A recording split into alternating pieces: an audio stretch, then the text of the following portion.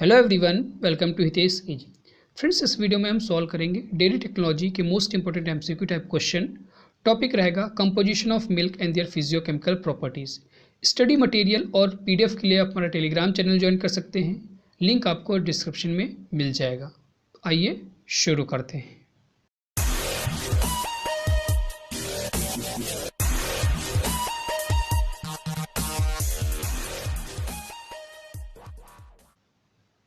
Question number 1, which of the following is a major constituent of milk. इनमें से कौन है जो कि मिल्क का एक मेजर कॉन्स्टिट्यूएंट है, मिल्क को जो कि ज़्यादा मात्रा में मिल्क में पाया जाता है।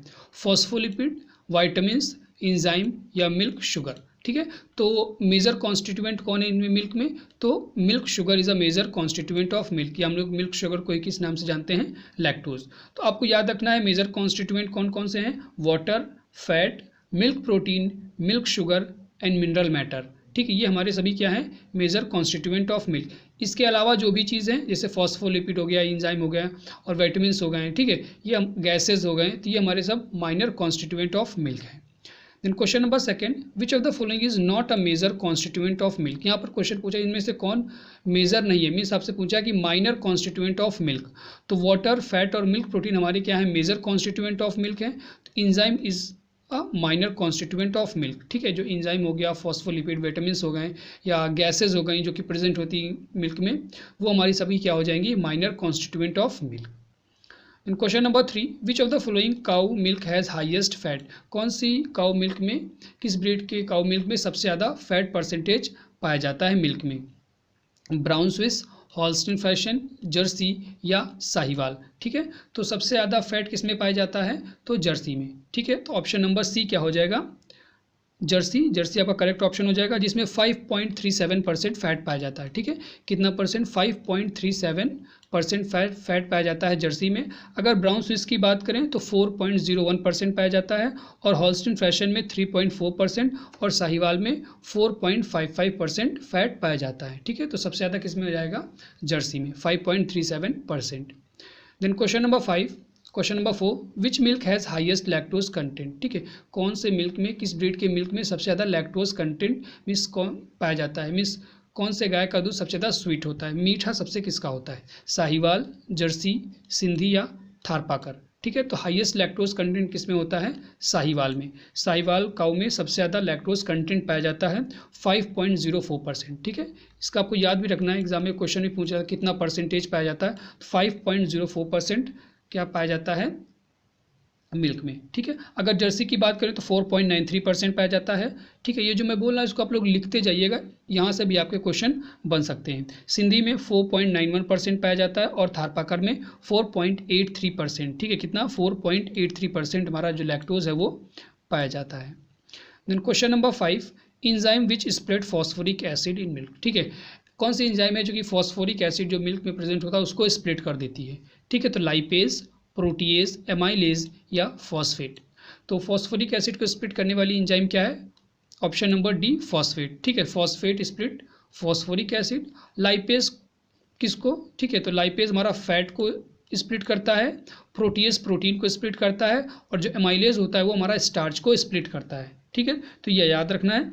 एमाइलेज को हम लोग दूसरे नाम से भी जानते हैं, या ठीक है, एनालेज, कहीं कहीं एमाइलेज ना देके एनालेज दे सकता है या डायटेज दे सकता है, तो तीनों एक ही नाम है, कंफ्यूज नहीं होना, तीनों हमारे स्टार्च को स्प्लिट करते हैं।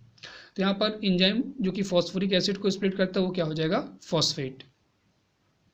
Then question number 6, which of the following is not a fat soluble vitamin. इनमें से कौन है जो कि फैट सोल्यूबल विटामिन नहीं है? मीन्स आपसे पूछा है कि वाटर सोल्यूबल विटामिन कौन सी है? तो vitamin A, vitamin B, vitamin D या विटामिन के। ठीक है, तो फैट सोल्यूबल विटामिन कौन कौन सी होती है आपको याद रखना है, जो कि फैट सोल्यूबल होती हैं, ए, की, के, ई एंड डी। ठीक है, ये हमारी सब क्या होती हैं? फैट सोल्यूबल विटामिन होती हैं। बाकी जो बची बी और सी, जो बी और सी क्या हो गई? Water soluble. तो हमसे पूछा है which is not a fat soluble, means अब यहाँ पर पूछा है कि वाटर सोल्यूबल विटामिन कौन है, तो ऑप्शन नंबर बी क्या हो जाएगा? Correct option number B, vitamin. Vitamin B is a water soluble vitamin और not a fat soluble vitamin. Then question number 7, which milk has highest lactose content. ठीक है, कौन से मिल्क में सबसे ज़्यादा लैक्टोज कंटेंट पाया जाता है? काऊ में, बफेलो में, एलिफेंट या ह्यूमन। ठीक है। सबसे ज़्यादा किस में पाया जाता है? एलिफेंट में। ठीक, एलिफेंट के मिल्क में सबसे ज़्यादा लैक्टोज 8.8%। ठीक है, 8.8% सबसे ज़्यादा लैक्टोज में पाया जाता है एलिफेंट में। ह्यूमन मिल्क में काफ़ी बार पूछता है तो 6.8% पाया जाता है मिल्क, ह्यूमन मिल्क में।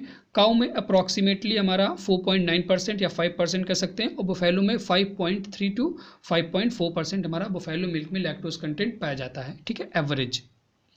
Then question number 8, milk fat contain cholesterol approximately. Milk fat में जो कोलेस्ट्रॉल होता है अप्रॉक्सीमेटली कितने परसेंट पाया जाता है? 0.5%, 0.60, 0.32 या 0.19%। ठीक है, तो अप्रॉक्सीमेटली जो कोलेस्ट्रॉल पाया जाता है मिल्क में वो 0.32%। ऑप्शन नंबर सी क्या हो जाएगा? Correct. Then question number 9, which enzyme produce rancidity in milk. ठीक है, कौन सी एंजाइम है जो कि रैंसिडिटी को प्रोड्यूस करती है? ठीक है, तो जब फैट स्प्लिट कर जाता है तो वो रैंसिडिटी प्रोड्यूस करता है। तो यहाँ पर आपको बताना है कि विच of the following is a fat splitting enzyme. ठीक है, कौन सा एंजाइम है जो कि फैट को स्प्लिट करता है? लाइपेज, प्रोटीएज, एनालेज या कैटालेज। ठीक है, तो यहाँ पर ऑप्शन ए क्या हो जाएगा? लाइपेज। जो लाइपेज एंजाइम है वो फैट को स्प्लिट करता है और रैंसिडिटी को प्रोड्यूस करता है। ठीक है, प्रोटीएज की बात करें तो प्रोटीएज हमारा प्रोटीन को स्प्लिट करता है, एनालेज हमारा स्टार्च को स्प्लिट करता है, और जो कैटिलेज होता है वो हाइड्रोजन परऑक्साइड को स्प्लिट करता है। ठीक है, तो प्रोटीएज प्रोटीन, एनालेज स्टार्च, और कैटिलेज किसको स्प्लिट करता है? हाइड्रोजन परऑक्साइड को। Then question number 10, casein is present in milk is in. जो केसिन होता है मिल्क में किस स्टेट में प्रेजेंट होता है? कोलाइडल स्टेट में, कोलाइडल सस्पेंशन, या कोलाइडल सॉल्यूशन, या नन ऑफ दीज। ठीक है, तो केसिन एक मिल्क प्रोटीन है जो कि 80% of the total milk protein हमारा केसिन पाया जाता है मिल्क में। ठीक है, जितना भी मिल्क प्रोटीन होता है उसका 80% क्या कॉन्स्टिट्यूट करता है? केसिन अकेले। तो ठीक है, तो यहाँ पर पूछा किस स्टेट में पाया जाता है? Colloidal state, colloidal suspension, colloidal solution, या none of this. Option number B क्या हो जाएगा? Colloidal suspension. ठीक है, केसिन जो है वो कोलाइडल सस्पेंशन के फॉर्म में मिल्क में पाया जाता है। Then question number 11, globulin is present in milk is in. जो ग्लोबुलिन होता है वो मिल्क में किस स्टेट में प्रेजेंट होता है? Colloidal solution, colloidal suspension, colloidal state, या नन ऑफ दिस। ठीक है, तो जो ग्लोबुलिन होता है वो हमारा कोलाइडल सॉल्यूशन के फॉर्म में मिल्क में प्रेजेंट होता है। ठीक है, तो ऑप्शन नंबर ए क्या हो जाएगा? करेक्ट। 11 का option number A. Then question number 12, greenish yellow colour of whey is due to the presence of. ठीक है, जो वे होता है उसका जो ग्रीनिश येलो कलर आता है वो किसके प्रेजेंस की वजह से आता है? कैरोटीन, राइबोफ्लेविन, एंथोसाइनिन, या नन ऑफ दिस। ठीक है, तो जो ग्रीनिश येलो कलर आता है वे का वो आता है राइबोफ्लेविन की वजह से। ठीक है, riboflavin is responsible for greenish yellow colour of वे। जो काऊ का milk slightly yellowish in colour होता है वो कैरोटीन की वजह से होता है। एंथोसाइनिन आपने देखा होगा एप्पल में जो कलर आता है रेडिश कलर, ठीक है, वो किसके कारण आता है? एंथोसाइनिन के कलर। तो वो ये भी एक पिगमेंट के लिए रिस्पॉन्सिबल होता है फ्रूट्स और वेजिटेबल्स में। ठीक है, राइबोफ्लेविन हमारा ग्रीनिश येलो कलर के लिए रिस्पॉन्सिबल होता है, और जो कैरोटीन होता है वो येलोइश कलर ऑफ मिल्क जो काऊ का होता है उसके लिए रिस्पॉन्सिबल होता है। Then question number 13, flavour is composed of. ठीक है, जो फ्लेवर डेवलप होता है किसी चीज़ का वो क्या क्या कंपोज करता है? Smell, taste, both A and B, या ओनली ए, ओनली स्मेल। ठीक है, तो flavour is composed of both taste and smell. Option number C क्या हो जाएगा? Correct. Flavour is composed of both taste and smell. Then question number 14, specific gravity of cow milk is. जो cow milk की specific gravity होती है वो कितनी होती है? ठीक है, 1.028 या से 1.030, 1.030 to 1.032, 1.035 to 1.038। ठीक है, तो काऊ मिल्क की पूछा है तो काऊ मिल्क की होती है 1.028 से 1.030, और बुफेलो मिल्क की अगर यहाँ पर पूछ लेगा तो ये कितना हो जाएगा? 1.030 से 1.032। ठीक है, और यहाँ पर आपके 3 क्वेश्चन बन सकते हैं कि पहला काऊ मिल्क का कितना होता है, दूसरा बुफेलो मिल्क का स्पेसिफिक ग्रेविटी कितना होता है, तीसरा क्वेश्चन यहाँ बन सकता है कि आपका सेपरेटेड मिल्क, ठीक है, जिसे हम लोग सेपरेटा का दूध कहते हैं, सेपरेटेड मिल्क का जो स्पेसिफिक ग्रेविटी होती है वो कितनी होती है? तो 1.035 से 1.032। ठीक है, जो ये बोल रहे हैं इसको आप लोग लिखते जाइएगा, यहाँ से भी आपके क्वेश्चन बन सकते हैं। Then question number 15, specific gravity of fat. ठीक है, फैट का जो स्पेसिफिक ग्रेविटी होता है वो कितना होता है? 1.346, 1.13, 1.666 और 0.93। ठीक है, तो जो फैट का पूछा है तो फैट का जो स्पेसिफिक ग्रेविटी होता है वो होता है 0.93। ठीक है। फैट का स्पेसिफिक ग्रेविटी कितना होता है, वो 0.93। अगर आपसे यहाँ पर पूछ सकता है स्पेसिफिक ग्रेविटी ऑफ प्रोटीन, तो प्रोटीन का होता है 1.346। इसको आप लोग लिख लीजिए, इंपॉर्टेंट है। प्रोटीन का स्पेसिफिक ग्रेविटी कितना होता है, यहाँ पर आपको सिर्फ चेंज करेगा कि प्रोटीन का कितना होता है, या कैसीन का कितना होता है, या लैक्टोज का कितना होता है, तो आपको आपकी वैल्यू भी चेंज हो जाएगी। ठीक है, तो प्रोटीन का होता है 1.346 और केसिन का होता है 1.31 और लैक्टोज का कितना होता है 1.666। ठीक है, सबसे कम किसका होता है, फैट का specific gravity. Then question number 16, which of the following is the lightest constituent of milk. इनमें से कौन है जो कि एक सबसे लाइटेस्ट कॉन्स्टिट्यूएंट है मिल्क का। ठीक है, वाइटामिन्स, मिनरल्स, लैक्टोज या फैट। ठीक है, तो सबसे लाइटेस्ट एलिमेंट कौन है, लाइटेस्ट मीन्स सबसे ऊपर जो दिखेगा आपको, तो फैट हमारा क्या हो जाएगा, लाइटेस्ट एलिमेंट। ठीक है, which of the following is the lightest constituent of milk, fat. Fat is the lightest constituent of milk. Option number D क्या हो जाएगा, correct. Then question number 17, instrument use for detecting the specific gravity of milk. ठीक है, milk का जो specific gravity होता है उसको डिटेक्ट करने के लिए कौन से इंस्ट्रूमेंट का हम लोग इस्तेमाल करते हैं, लैक्टोमीटर, स्पेक्ट्रोमीटर, एनीमोमीटर या ब्यूटारोमीटर। ठीक है, तो ऑप्शन नंबर आपका ए क्या हो जाएगा, लैक्टोमीटर। ठीक है, लैक्टोमीटर का यूज़ करते हैं हम लोग स्पेसिफिक ग्रेविटी को मेजर करने के लिए। एनीमोमीटर तो विंड स्पीड को मेजर करने के लिए होता है। ठीक है, ब्यूटारोमीटर फैट।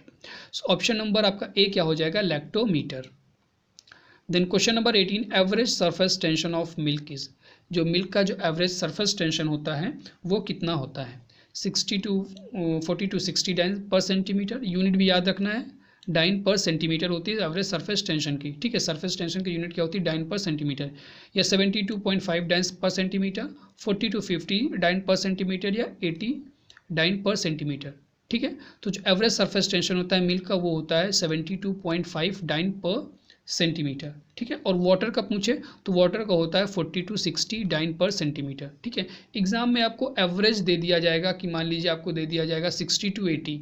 ठीक है, तो अप्रॉक्सीमेट आपको 72 के आसपास प्लस माइनस 1 और 2 लेकर के चलना है। ठीक है, मान लीजिए आपको वहाँ पर दे दिया 60 से 80। ठीक है, तो आपको यहाँ पर अप्रॉक्सीमेट 70, ठीक है, कितना आ जाएगा, 70 आएगा एग्जैक्ट। तो आपको यहीं फिर ऑप्शन नंबर ये क्या हो जाएगा आपका, करेक्ट। ठीक है, तो यहाँ पर एग्ज़ाम के हिसाब से आपको ऑप्शन के हिसाब से भी एग्ज़ाम में करना रहेगा। ठीक है, तो इसी के आसपास आप निकाल लीजिएगा, एवरेज आ जाएगा। Then question number 19, pH of normal milk is. ठीक है, जो नॉर्मल मिल्क होता है उसका जो पीएच होता है वो कितना होता है, 6.0, 6.4, 5.4 या 6.6। ठीक है, तो जो नॉर्मल मिल्क होता है उसका जो पीएच होता है वो कितना होता है, 6.4। ठीक है, तो ऑप्शन 6.6। तो ऑप्शन नंबर डी क्या हो जाएगा, correct. PH of normal milk is 6.6। अगर जो कोलेस्ट्रम है, कोलेस्ट्रम का पीएच कितना होता है, 6। ठीक है, कोलेस्ट्रम का पीएच कितना होता है, 6। अगर आपका मिल्क बहुत ज़्यादा एसिडिक हो रहा है तो वहाँ पर आपका पीएच क्या हो जाएगा, कम हो जाएगा। ठीक, then question number 20, casein percentage in cow milk is. ठीक है, काउ के मिल्क में जो केसीन का परसेंटेज होता है वो कितना होता है, 2.5, 3.0, 0.8 या 0.9। ठीक है, तो काऊ के मिल्क में जो केसीन का परसेंटेज होता है वो होता है 2.5। ये इंपॉर्टेंट क्वेश्चन है, एग्जाम में आ भी चुका है। ठीक है, केसीन का कंटेंट कितना होता है, 2.5 काऊ मिल्क में। अगर ये बफेलो मिल्क के पूछे केसीन कंटेंट कितना होता है तो 3.0। अगर ह्यूमन मिल्क में पूछे तो कितना होता है, 0.8। ठीक है, तीनों याद रखना है, काऊ में 2.5%, बफेलो मिल्क में 3.0% और ह्यूमन मिल्क में केसीन का कंटेंट कितना होता है तो 0.8%। ठीक है फ्रेंड्स, इस वीडियो में इतना ही। अगले वीडियो में फिर मिलेंगे एक नए टॉपिक के साथ।